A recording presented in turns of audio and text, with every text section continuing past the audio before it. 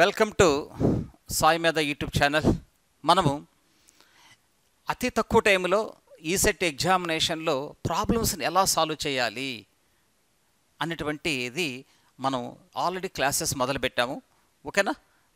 మరి చూడండి ఎలా సాల్వ్ చేద్దాం అనేటువంటిది మనం మొదలుపెట్టాం. కంటిన్యూ జరుగుతున్నది అనమాట మనకి. ఓకే, ఆల్రెడీ మన ప్రీవియస్ క్లాసులు చాలా మీరు ఇప్పుడే మొదలుపెట్టారు, వింటున్నారు. ఇది కంటిన్యూగా మొదలవుతూనే ఉంటుందన్నమాట. అతి తక్కువ టైంలో ఎలా చేయాలనేటువంటిది. ఓకేనా? రైట్. ఇప్పుడు చూడండి, ఇది కూడా మనకు ఈసెట్ ఎగ్జామినేషన్లో ఇచ్చాడు.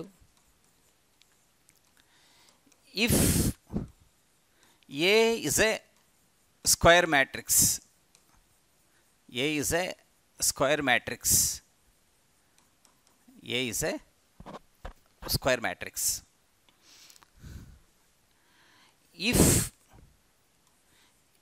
a into adjoint of a is equal to 4 0 0 0 4 0 0 0 4, then determinant of adjoint of a divided by determinant of adjoint of a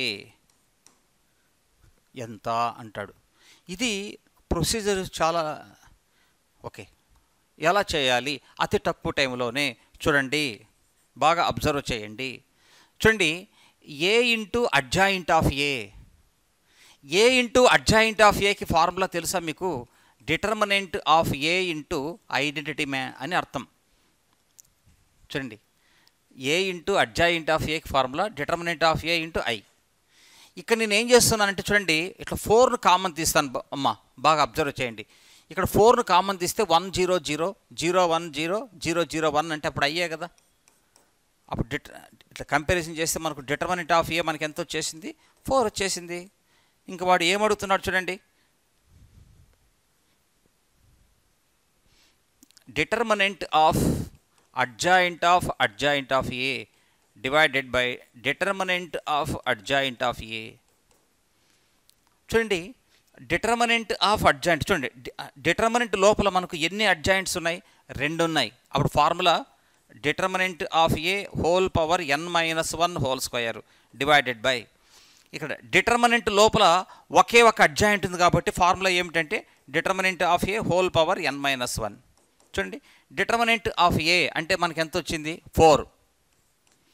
n అంటే చూడండి ఇక్కడ మ్యాట్రిక్స్ యొక్క సైజ్ ఎంత? 3 కదా.